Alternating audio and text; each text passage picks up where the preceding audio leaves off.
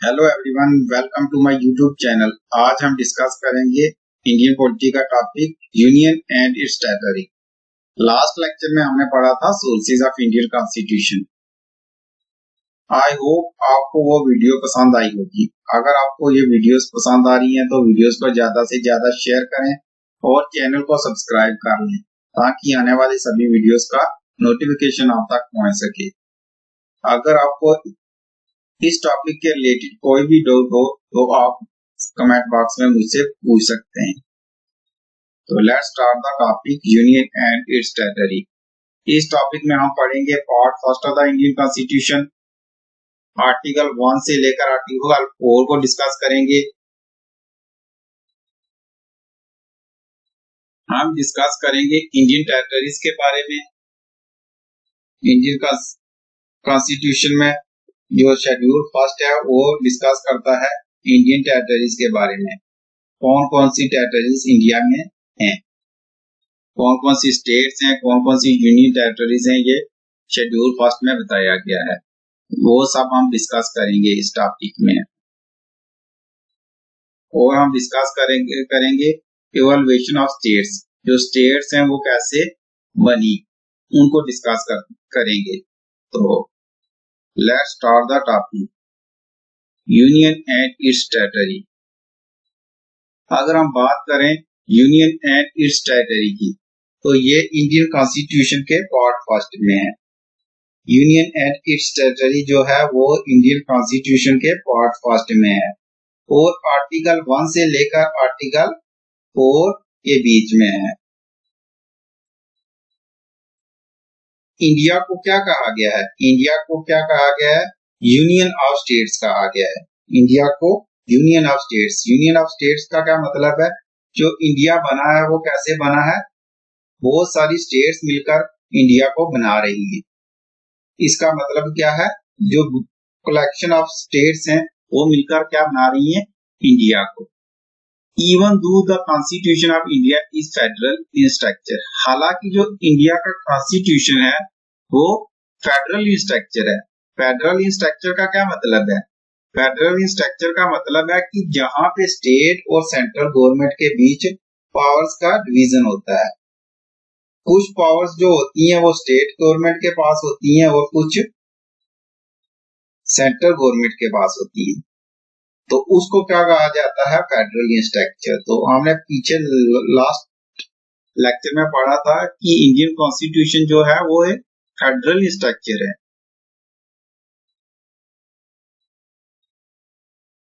तो इंडिया को union of states क्यों कहा गया है? डॉक्टर भीमराव अंबेडकर जी ने क्यों ऐसा प्रेफर किया है यूनियन ऑफ स्टेट्स? इसके दो रीजंस बताए गए हैं। वो दो रीजंस कौन कौन से हैं वो डिस्कस करते हैं।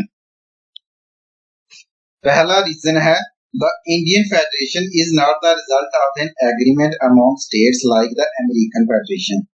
जो इंडियन फेडरेशन है, जो इंडियन यूनियन ऑफ स्टेट्स बना है, वो ऐसा कोई भी एग्रीमेंट नहीं हुआ स्टेट्स के बीच जो इंडिया को बना रही है। इंडिया जो था वो सबसे पहले बना और उसके बाद जो थी वो स्टेट्स को बनाया गया। Like the American federation. हालांकि जो अमेरिकन फेडरेशन की बात करें तो वहां पे क्या था? स्टेट्स ने एक कंट्री बनाई थी जिसे क्या कहा गया है? अमेरिका। बहुत सारी स्टेट्स मिलकर क्या बना रही थी? अमेरिका।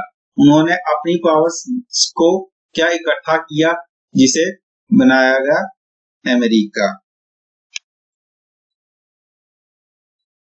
दूसरा रीजन बताया गया है द राइट टू सेसीड, खुद को अलग करने का हक।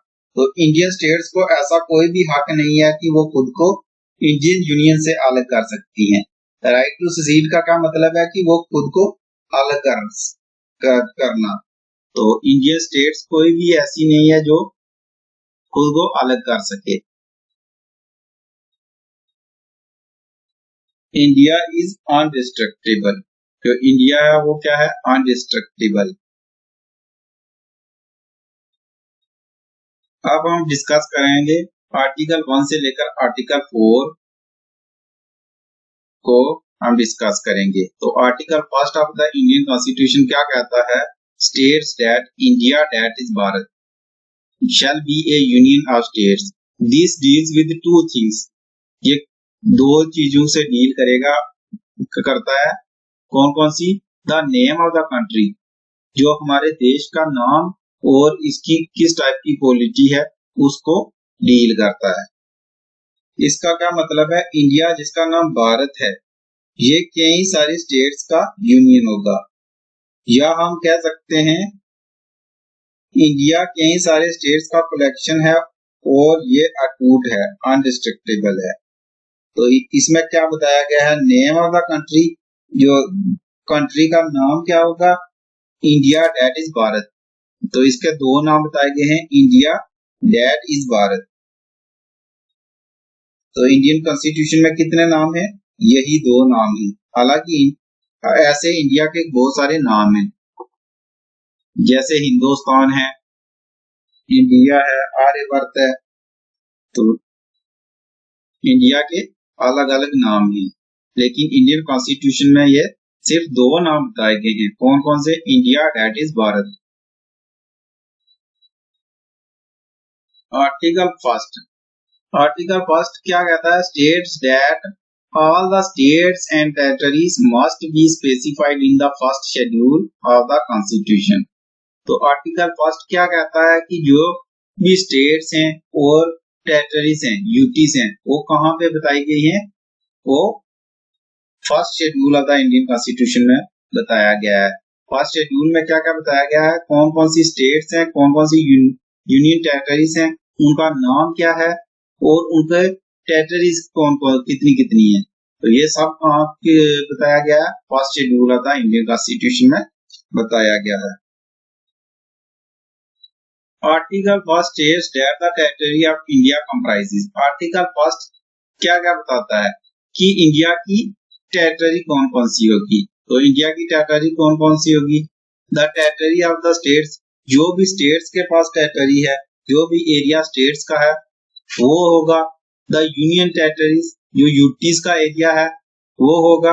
और जो हम फ्यूचर में अगर हम कहीं दूसरे देश से क्या कर रहे हैं, एक्वायर कर रहे हैं, तो वो भी एरिया जो है वो किसका होगा? इंडिया का होगा, वो भी इंडियन टेरिटरी में कहलाएगा।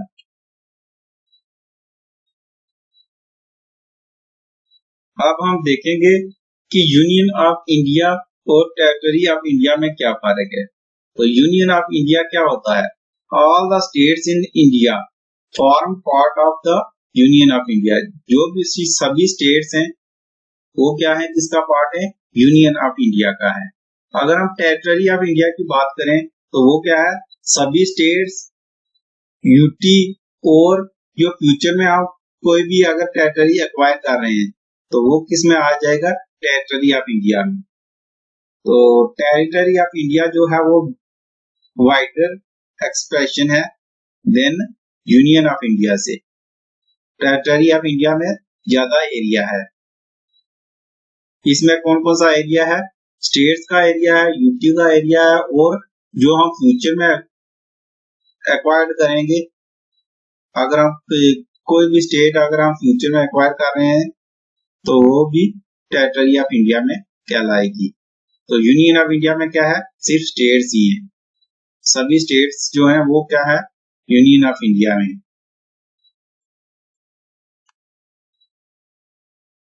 ये सब बताया गया है article first of the Indian constitution में। तो आर्टिकल फर्स्ट में क्या क्या बताया गया है? इंडिया का नाम बताया गया है, इंडिया का नाम क्या है, और इंडिया की टेरिटरी बताई गई है, इंडिया की टेरिटरी कौन कौन सी है। तो आर्टिकल 2 ऑफ इंडियन कॉन्स्टिट्यूशन। तो आर्टिकल 2 क्या कहता है इंडियन कॉन्स्टिट्यूशन का? Article 2 of the Indian constitution, article empowers the parliament to add or establish new states in the Union of India. The terms and conditions of such addition or establishment are decided by the parliament. Two powers which are given to the parliament under this article are. इसका क्या मतलब है? इसका मतलब है कि article 2 जो है वो पार्लियामेंट को पावर देता है कि आप यूनियन ऑफ इंडिया में कोई भी स्टेट जो है वो जोड़ सकते हैं। आर्टिकल 2 जो है वो किसके साथ रिलेट करता है? एडमिशन और establishment of new state. Admission करना या एस्टेब्लिशमेंट करना न्यू स्टेट को that are not part of the union of India. जो यूनियन ऑफ इंडिया का पार्ट नहीं है उसको आप क्या कर सकते हो? एडमिट कर सकते हो या एस्टेब्लिश कर सकते हो। ये किसके पास पावर है? पार्लियामेंट ऑफ इंडिया के पास ये पावर है कि आप क्या कर सकते हो? किसी भी स्टेट या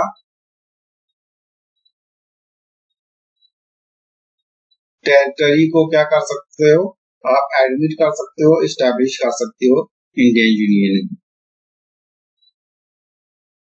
to powers which are given to the parliament. दो पावर्स बताई गई हैं पार्लियामेंट की। कौन कौन सी हैं इस आर्टिकल के अंदर? पहला है power to admit new states in the union of India. That is admission of states which are already in the union. अगर उस स्टेट्स का एडमिशन करना, एडमिट करना है उसको जो पहले ही यूनियन का पार्ट है। एक ये पावर है। दूसरा है power to establish new state.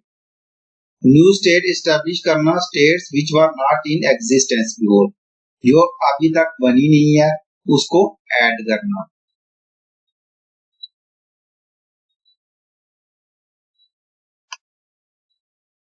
जैसे सिक्किम को हमने क्या किया था? एडमिट किया था इंडियन यूनियन में। तो ये किसके आर्टिकल के तहत किया था? आर्टिकल 2 के। और अगर हम बात करें जम्मू कश्मीर की, जो जम्मू कश्मीर स्टेट थी उसको यूटी बनाया गया था, वो किस आर्टिकल के तहत बनाया गया था? आर्टिकल 3 के। तो आर्टिकल 2 क्या बताता है कि आप कोई भी स्टेट को क्या कर सकते हो? एडमिट कर सकते हो या क्या कर सकते हो? इस्टेब्लिश कर सकते हो जो यूनियन ऑफ इंडिया का पार्ट हो या क्या हो, वो पार्ट ना हो और उसका एग्जिस्टेंस क्या ना हो। States which were not in existence before, जो स्टेट एग्जिस्टेंस में नहीं है उसको भी आप क्या कर सकते हो? इस्टेब्लिश कर सकते हो। Article 2A। तो ये आर्टिकल जो है 2A, ये सिक्किम को एक एसोसिएटेड स्टेट बनाया गया था। तो बाद में इस आर्टिकल को क्या कर दिया गया? इंडियन कॉन्स्टिट्यूशन से हटा दिया गया और जो था सिक्किम था वो फुल स्टेट बन गई 36th कॉन्स्टिट्यूशनल अमेंडमेंट के साथ। तो ये बताया गया है this is how Sikkim was added to our union of states. कैसे जो है सिक्किम को ऐड किया गया यूनियन ऑफ स्टेट्स में। It stood as an independent monarchy before in 1975। तो 1975 के पहले वो क्या थी? इंडिपेंडेंट मोनार्क स्टेट थी। यहाँ पे एक राजा था। Its subjects voted by plebiscite to become a state of India. वहां पे क्या करवाया गया? वोट करवाए गए लोगों से और ये जो सिक्किम थी वो स्टेट बनी इंडिया की। This article was inserted. जो आर्टिकल 2A है वो इंसर्टेड किया गया था इंडियन कॉन्स्टिट्यूशन में। कब? किस अमेंडमेंट एक्ट के साथ? 35th अमेंडमेंट एक्ट ऑफ 1974 में जो आया था। तो this article however has been repealed. जो ये आर्टिकल है उसको रिपील भी बाद में कर दिया गया और 36th अमेंडमेंट एक्ट 1975 जो क्या था 5 में आया था, उसके से साथ क्या हुआ? सिक्किम को एक फुल फ्लेज स्टेट बना दिया गया इंडिया की और वहां से राज्य की जो मोनार्क था वहां से हटा दिया गया। Article 3 of Indian constitution. Article 3 क्या कहता है इंडियन कॉन्स्टिट्यूशन का? Under article 3 of the Indian constitution the parliament has been given the following powers. Parliament को कौन कौन सी पावर्स दी गई हैं? तो पार्लियामेंट के पास क्या कौन कौन सी पावर है? पहली पावर है कि वो क्या कर सकती है? पार्लियामेंट कोई न्यू स्टेट बना सकती है, कोई भी न्यू स्टेट बना सकती है। इंक्रीज और डिक्रीज साइज को कर सकती है। Alter the boundaries of the state, जो बाउंड्रीज हैं स्टेट्स की उनको चेंज कर सकती है, उनका नाम चेंज कर सकती है। ये किसके तहत है पावर्स दी गई हैं पार्लियामेंट को? आर्टिकल 3 के तहत। आर्टिकल 3 के तहत पार्लियामेंट को पावर है कि वो किसी भी स्टेट को यूनियन टेरिटरी बना सकती है, किसी भी स्टेट को क्या कर सकती है, उसका साइज जो है कम या बढ़ा सकती है, उसका नाम चेंज कर सकती है, अल्टर नाम कर सकती है, alter the boundaries of the state, और क्या कर सकती है, बाउंड्रीज को अल्टर कर सकती है। अल्टर का क्या मतलब है? चेंज करना। तो ये सब पावर्स दी गई हैं आर्टिकल 3 ऑफ इंडियन कॉन्स्टिट्यूशन में पार्लियामेंट को। तो जैसे कि जो जे के स्टेट है वो आर्टिकल 3 के तहत ही जे के स्टेट को यूटी बनाया गया। तो इसमें बताया गया है कि अंडर द एक्ट पार्लियामेंट क्या कर सकती है? इंक्रीज या डिमिनिश कर सकती है एरिया को स्टेट के। Parliament can alter the boundaries, alter कर सकती है। Parliament has the power to alter the name, name को अल्टर कर सकती है। और क्या है पार्लियामेंट के पास पावर? क्या है? Confers on parliament to form a new state, नई स्टेट भी बना सकती है या यूटी बना सकती है। ये सब पावर्स हैं आर्टिकल 3 के तहत पार्लियामेंट के पास कि वो क्या क्या कर सकती है। There are two special conditions, दो स्पेशल कंडीशंस हैं जिनको फुलफिल करना पड़ता है पार्लियामेंट को। कोई भी अगर क्रिएट करनी है न्यू स्टेट या उसका अल्टर करना है एरिया और बाउंड्रीज ऑफ एग्जिस्टिंग स्टेट को, तो क्या करना है? उसको दो स्पेशल कंडीशंस को फुलफिल करना पड़ेगा। तो वो कौन कौन सी दो स्पेशल जो कंडीशंस हैं उन कौन कौन सी हैं? पहली है कि जो प्रेसिडेंट है वो क्या करेंगे? रिकमेंड करेंगे, तभी क्या कर सकती है पार्लियामेंट उसको अल्टर या उस नई स्टेट बना सकती है। तो ये सबसे पहले क्या करेंगे? जो प्रेसिडेंट है वो जो रिकमेंडेशन है वो कौन देगा? President of India. तो प्रेसिडेंट को रिकमेंड करने से बिल पहले क्या करना होगा? स्टेट लेजिस्लेटर को क्या करना होगा? बिल को रेफर करना होगा, ताकि जो स्टेट है वो अपने व्यूज दे सके। अगर स्टेट लेजिस्लेचर इस बिल को रिफ्यूज कर दे या मना कर दे तो क्या है? ये प्रेसिडेंट या पार्लियामेंट पे बातें नहीं है कि वो उनकी ये बात को माने। फिर भी वो क्या प्रेसिडेंट या पार्लियामेंट क्या कर सकती है? वो स्टेट को अल्टर कर सकती है, नई स्टेट बना सकती है, उसका नेम चेंज कर सकती है। ये उन पर बाध्य नहीं है कि वो जो स्टेट लेजिस्लेचर की बात माने। अगर एक बार जो बिल है वो रेफर कर दिया गया है तो अगर पार्लियामेंट उसमें कोई चेंजेस कर रही है तो वो वापिस जो है वो स्टेट लेजिस्लेचर के पास नहीं भेजेंगे। जो एक बार भेज दिया वो उसके बाद क्या करेंगे? कोई भी जो बिल में चेंजेस हैं वो कर सकते हैं। वो बार बार जो है वो स्टेट लेजिस्लेचर के पास नहीं भेजेंगे उनके व्यूज के लिए। अगर हम बात करें यूटी के रिलेटेड, तो यूटी के रिलेटेड वहां पे प्रेसिडेंट या पार्लियामेंट को वो बिल वहां पे भेजने की जरूरत भी नहीं है, क्योंकि जो यूनियन टेरिटरी में होता है वो सेंटर का ही एक एलजी अपॉइंट हुआ होता है। तो इसलिए वहां पे जरूरी नहीं है कि वो उस बिल को क्या करेंगे? रेफर करेंगे यूटी में। तो वहां पे जरूरी नहीं है कि यूटी में क्या करें? बिल को रेफर करें।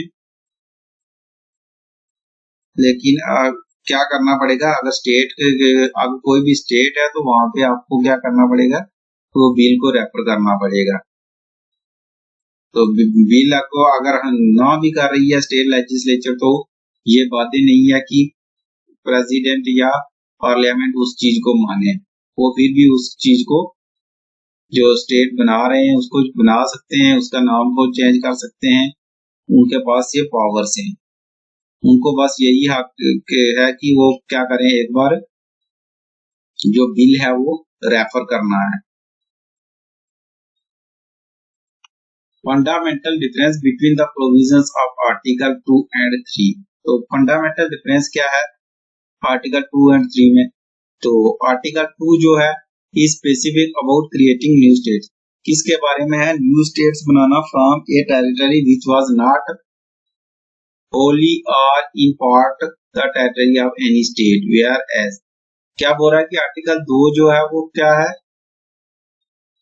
क्रिएट न्यू स्टेट करना है, नए स्टेट बनाना है from a territory which was not, या वो पार्ट नहीं है इंडिया का पहले से, वो टेरिटरी ऑफ एनी स्टेट का पार्ट नहीं है, तो उसको बना सकते हो। तो आर्टिकल 3 क्या कहता है कि आप नए स्टेट बना सकते हो, उसका नाम चेंज कर सकते हो। तो ये क्या है? जो उन स्टेट्स का नाम चेंज कर सकते हो जो यूनियन ऑफ इंडिया का पार्ट है। जैसे कोई भी स्टेट है जो इंडिया की है, जो इंडिया के अंदर है, उसका नाम, उसका क्या बाउंड्री को चेंज करने का हक है पार्लियामेंट के पास अंडर आर्टिकल 3। आर्टिकल 4, आर्टिकल 4 क्या बताता है? आर्टिकल 4 जो है its declares that laws made for admission और एस्टेब्लिशमेंट ऑफ न्यू स्टेट्स। तो आर्टिकल 4 बताता है कि जो भी लॉज बनाए गए हैं एडमिशन और establishment of new states under article 2 और आर्टिकल 3 के तहत, तो वो क्या है? Are not to be considered as amendment, उनको कंसीडर नहीं किया जाएगा as amendment of the constitution, वो कॉन्स्टिट्यूशन का अमेंडमेंट नहीं कंसीडर किया जाएगा। किस आर्टिकल के तहत? अंडर आर्टिकल 368 के तहत।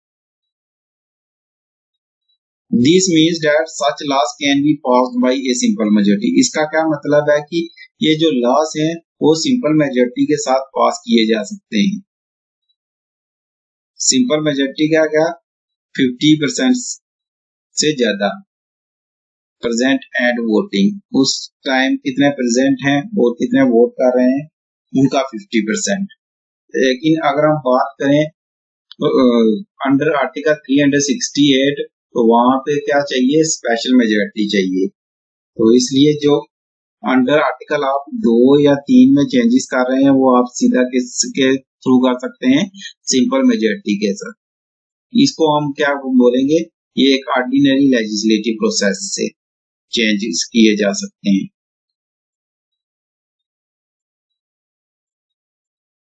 नेक्स्ट है cession of an Indian territory to foreign country does not cover under article 3। अगर आप अपनी जो टेरिटरी है वो सेशन कर रहे हैं, सेशन का क्या मतलब? दूसरे कंट्री को दे रहे हैं, तो वो क्या अंडर आर्टिकल 3 के तहत नहीं आएगी, वो उसको आपने क्या करना है? अंडर आर्टिकल 368 के तहत उसको स्पेशल मेजोरिटी के साथ पास करना पड़ेगा। अगर आप क्या कर रहे हो? अपनी जो बाउंड्री है, अपनी कोई भी टेरिटरी है, उसको क्या कर रहे हो? दूसरे कंट्री को दे रहे हो, तो उसको किसके साथ करना पड़ेगा? अंडर आर्टिकल 368 के तहत। अब सुप्रीम कोर्ट के सामने एक बार एक क्वेश्चन उठा था कि क्या पार्लियामेंट के पास पावर है कि वो डिमिनिश एरिया को कर सकती है under article 3 include also power, और उसके पास ऐसी पावर भी है कि वो क्या कर सकती है? सीड कर सकती है। सीड का क्या मतलब है? कि दूसरे कंट्री को अपनी के जो टेरिटरी है वो दे सकती है। तो ये एक बार जो क्वेश्चन था वो सुप्रीम कोर्ट में उठा। इस पर सुप्रीम कोर्ट ने क्या कहा वो देखते हैं। सुप्रीम कोर्ट ने क्या रूलिंग दी? तो supreme court held that the power of parliament to diminish the area of a state under article 3, जो पार्लियामेंट के पास है डिमिनिश करने का एरिया को, वो आर्टिकल 3 के तहत ये नहीं बताता कि क्या आप cession of Indian territory to a foreign country को, कि आप अपनी जो भी टेरिटरी है उसको सीड कर सकते हो फॉरेन स्टेट को ओनली बाय अमेंडिंग। तो आप क्या कर सकते हो, अंडर आर्टिकल 368 के तहत आप अगर सीड करना चाहते हो तो उसको किसके तहत करना पड़ेगा, आपको आर्टिकल 368 के तहत उसको सीड करना पड़ेगा। तो ये सुप्रीम कोर्ट की रूलिंग थी।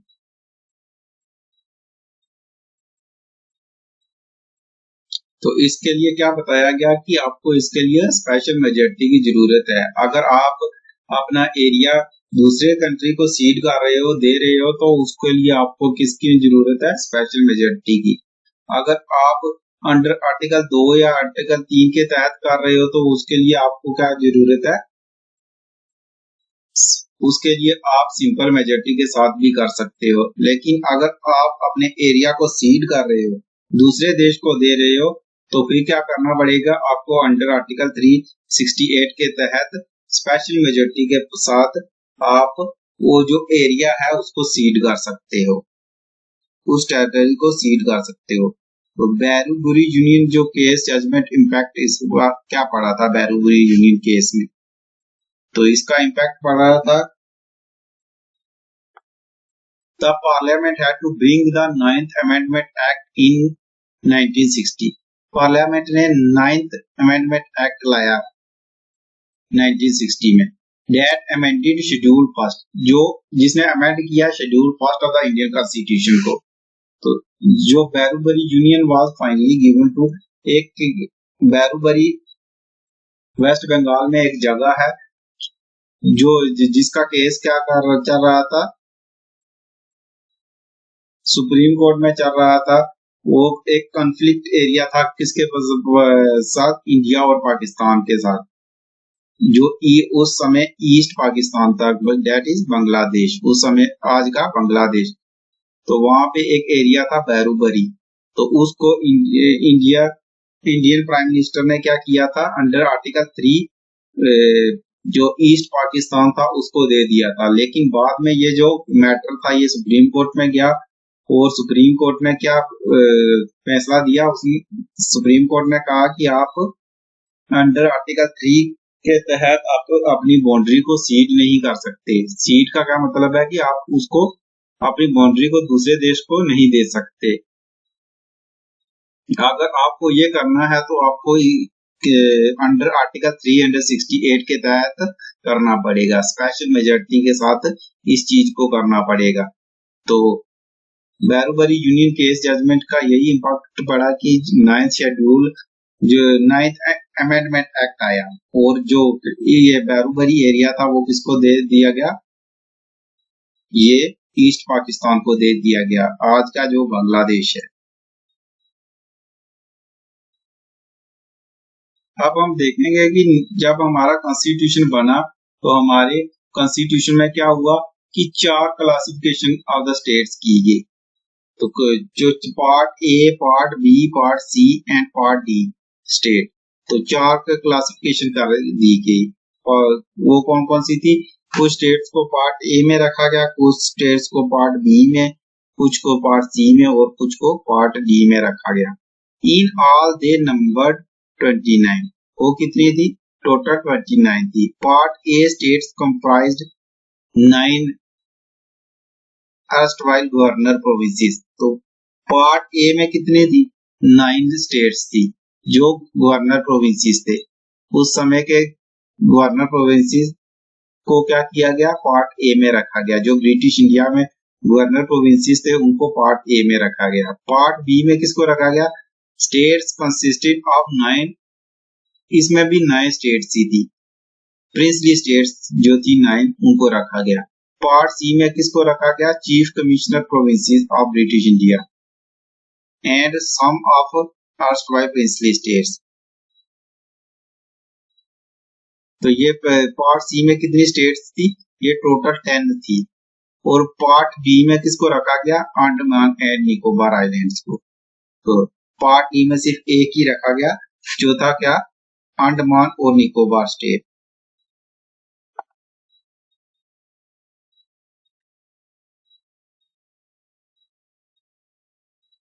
ये वो टेबल है, टेरिटरी ऑफ इंडिया इन 1950। तो 1950 में कैसे जो था वो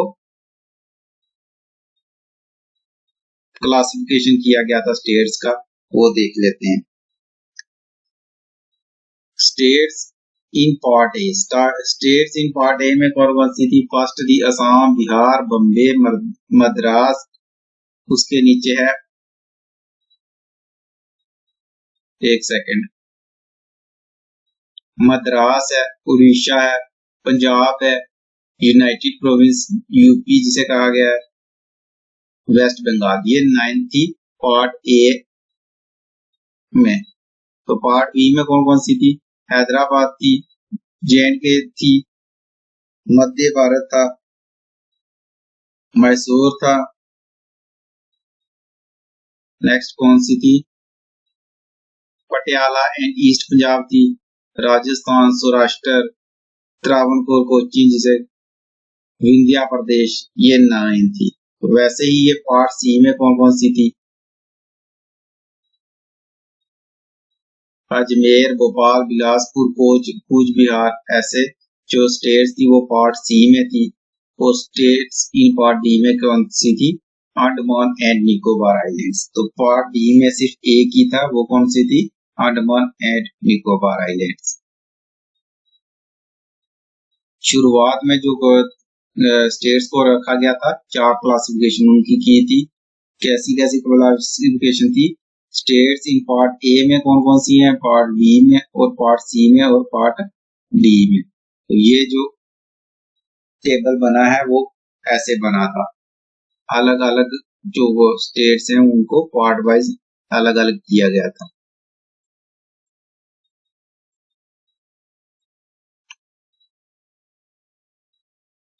नेक्स्ट है दार कमीशन एंड जेवीपी कमेटी।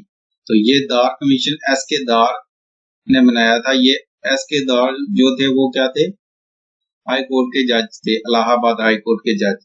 तो दार कमीशन एंड जेवीपी कमेटी, इसको हम डिस्कस कर रहे हैं। The integration of princely states with the rest of India was as purely an ad hoc arrangement था। There has been a demand from different regions.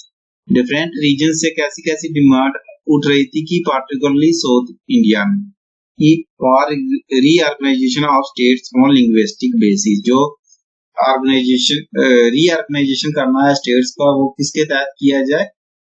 Linguistic basis पे। Linguistic basis पे क्या क्या?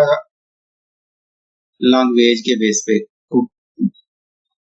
अकॉर्डिंग इन जून 1948, जून 48 में क्या हुआ? The government of India appointed the linguistic provinces commission. तो ये जून 1948 में क्या किया? गवर्नमेंट ऑफ इंडिया ने अपॉइंट किया linguistic provinces commission under the chairmanship of, जो चेयरमैन थे वो कौन से? S K Dar, to examine the feasibility of this. तो दिस कमीशन सबमिटेड, इसने रिपोर्ट अपनी कब सबमिट की? दिसंबर 1948 में।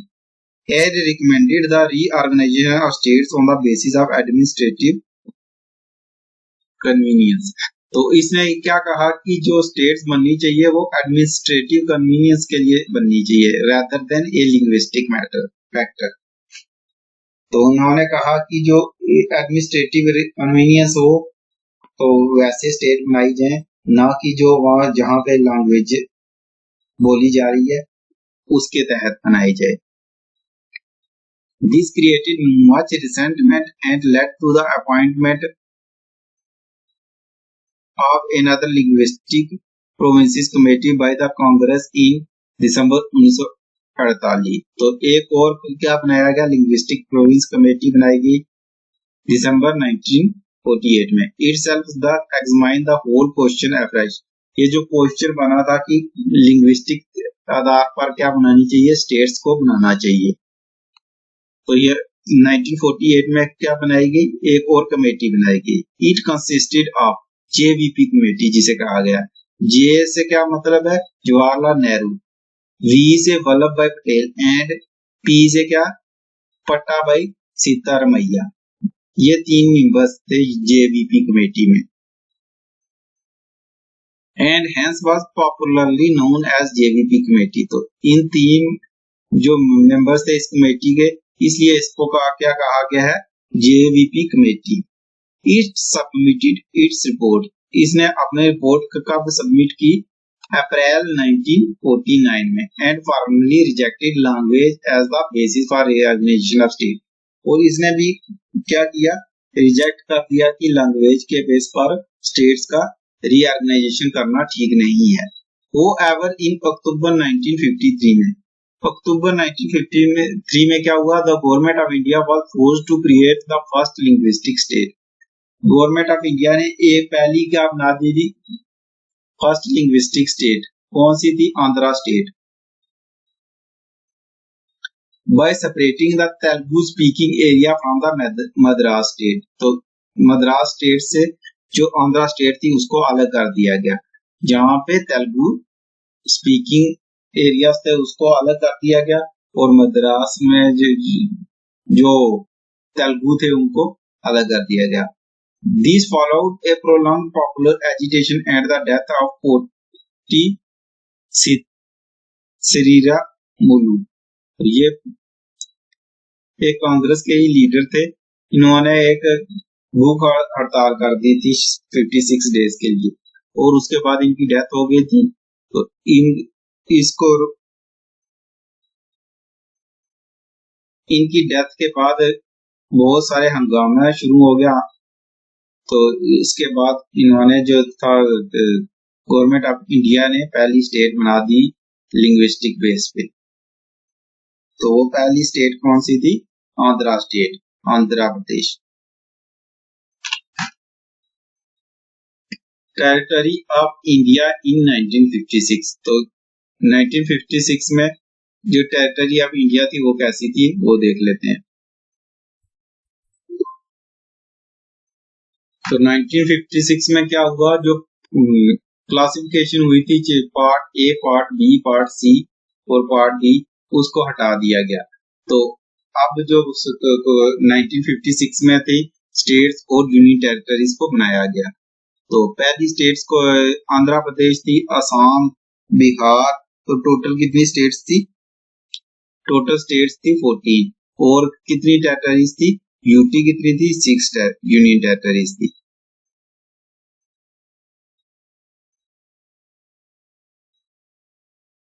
ये सभी स्टेट्स थी।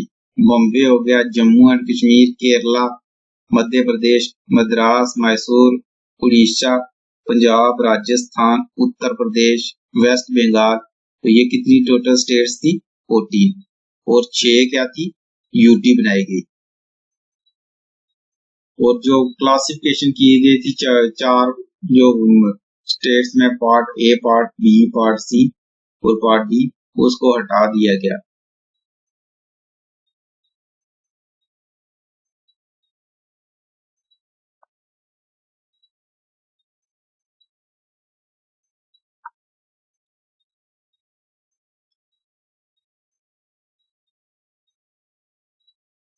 The States Reorganization Act of 1956 established the new state of Kerala। तो स्टेट रीऑर्गेनाइजेशन एक्ट जो 1956 में आया था, उसने एस्टैब्लिश क्या किया था, new state of Kerala by merging the Travancore.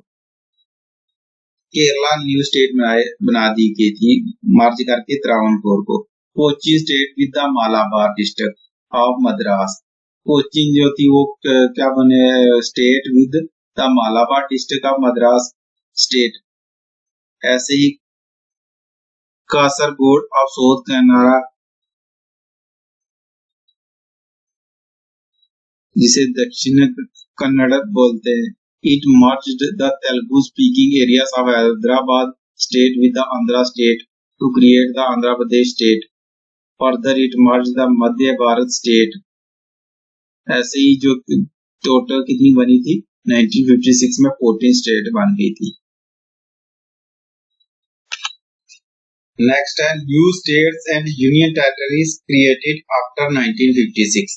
तो न्यू स्टेट्स कौन कौन सी थी बनी थी, और यूनियन टेरिटरीज आफ्टर 1956। तो ये कौन कौन सी थी,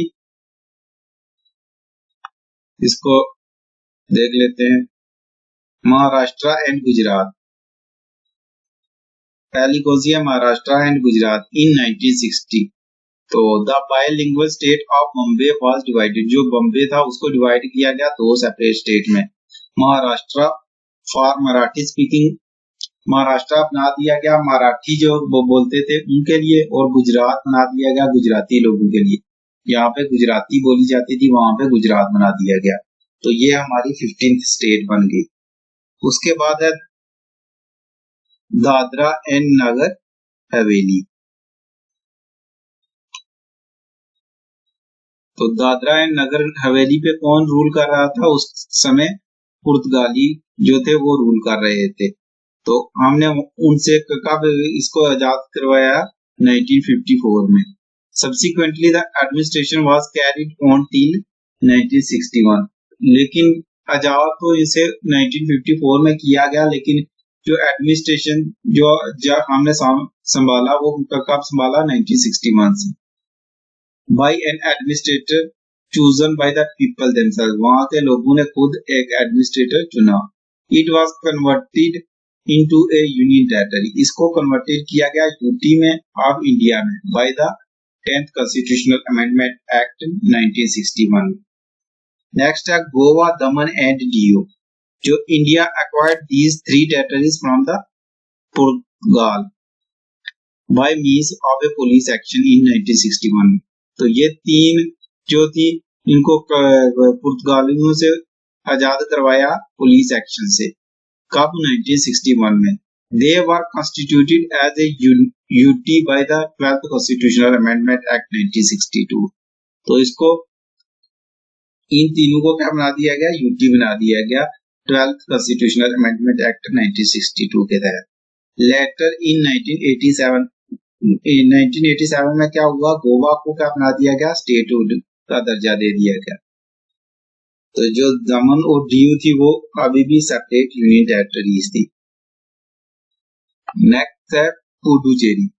the territory of Puducherry comprises the former French establishment. जहां पे पुडुचेरी पे फ्रेंच एस्टेब्लिशमेंट थी। In India known as Puducherry. इसमें के कौन कौन से के एरिया थे पुडुचेरी के? कराईकाल, माही एंड जन्म। The French handed over the territory to India in 1954। French ने इसको कब इंडिया को हैंड ओवर किया? 1954 में। Subsequently, it was administered as an acquired territory till 1962। और इसे एडमिनिस्टर कब करना शुरू किया? 1962 में। When it was made a union territory by the 14th Constitutional Amendment Act। और इसे यूटी बना दिया गया 14th Constitutional Amendment Act के तहत।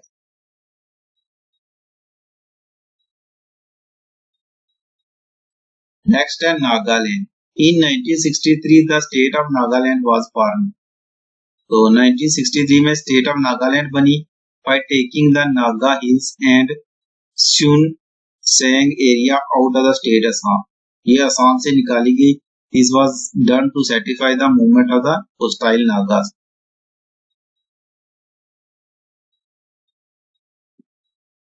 नेक्स्ट है हरियाणा, चंडीगढ़ एंड हिमाचल प्रदेश।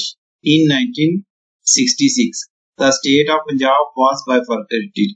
जो पंजाब थी उसको बाइफरकेट किया गया। बाइफरकेट का मतलब क्या है? डिवाइड किया गया। To create Haryana, the 17th state बन गई and the union territory of Chandigarh. This followed the demand for a separate Sikh homeland. ये क्यों बनाएगी? क्योंकि वहां पे सिख होमलैंड की क्या थी? मांग हो रही थी, और जो पंजाबी सूबा था उसे अलग कर दिया गया और हरियाणा को अलग कर दिया गया।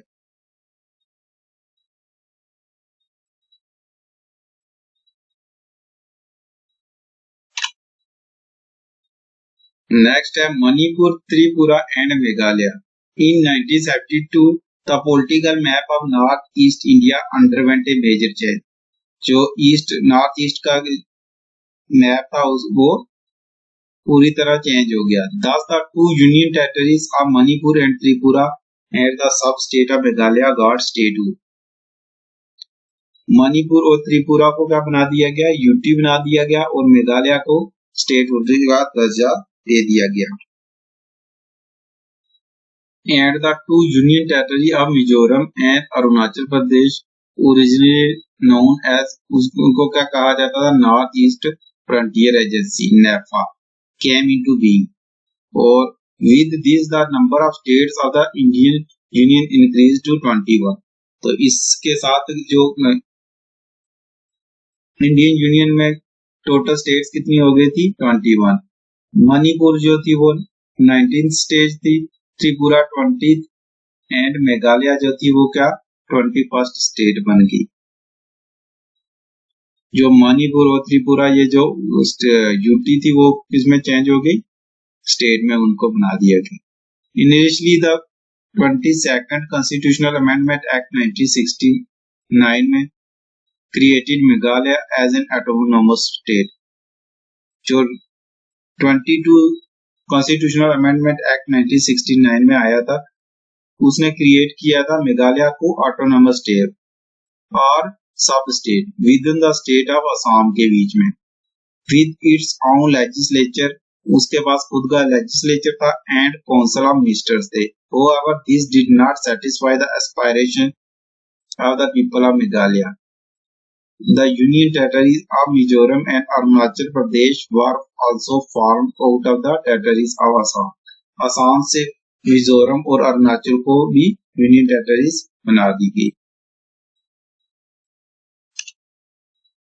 Sikkim till 1947 Sikkim was an Indian princely state ruled by Chogyal. जो सिक्किम थी वो इंडियन प्रिंसली स्टेट थी जिसको रूल कौन कर रहा था, Chogyal dynasty. In 1947, after the lapse of British paramountcy, Sikkim became a protectorate of India. तो जब इंडिया आजाद हुआ तो उसके बाद जो सिक्किम था वो प्रोटेक्टोरेट स्टेट बन गया था।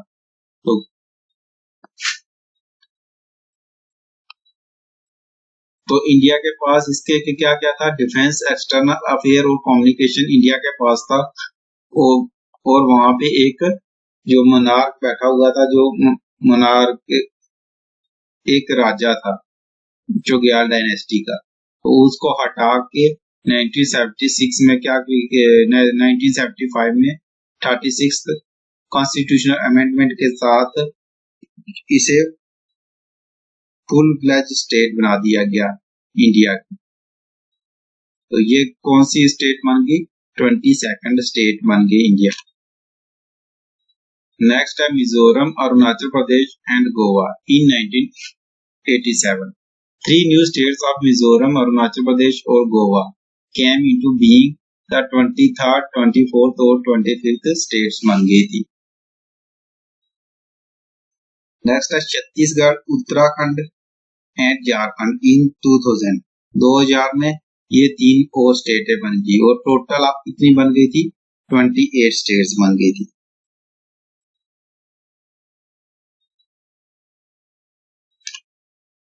नेक्स्ट है तेलंगाना। तेलंगाना को 2014 में क्या किया गया, न्यू स्टेट बना दिया गया। Came into existence as the 29th state. ये 29th स्टेट ऑफ इंडिया बन गई। इट वाज कार्ड, ये किससे निकाली गई थी, आंध्र प्रदेश से।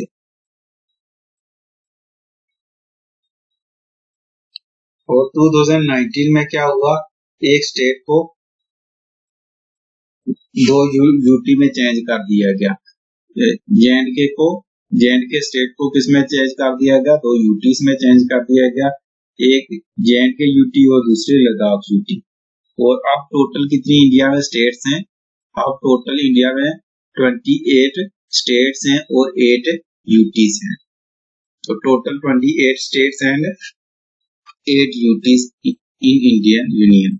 तो इंडियन यूनियन में कितनी स्टेट्स और इंडियन टेरिटरीज में कितनी स्टेट और कितनी यूटीज हैं, 28 स्टेट्स एंड 8 यूटीज। तो आज का टॉपिक यहीं पर एंड करते हैं। अगर आपको इसके रिलेटेड कोई भी डाउट हो तो आप मुझे कमेंट बॉक्स में पूछ सकते हो।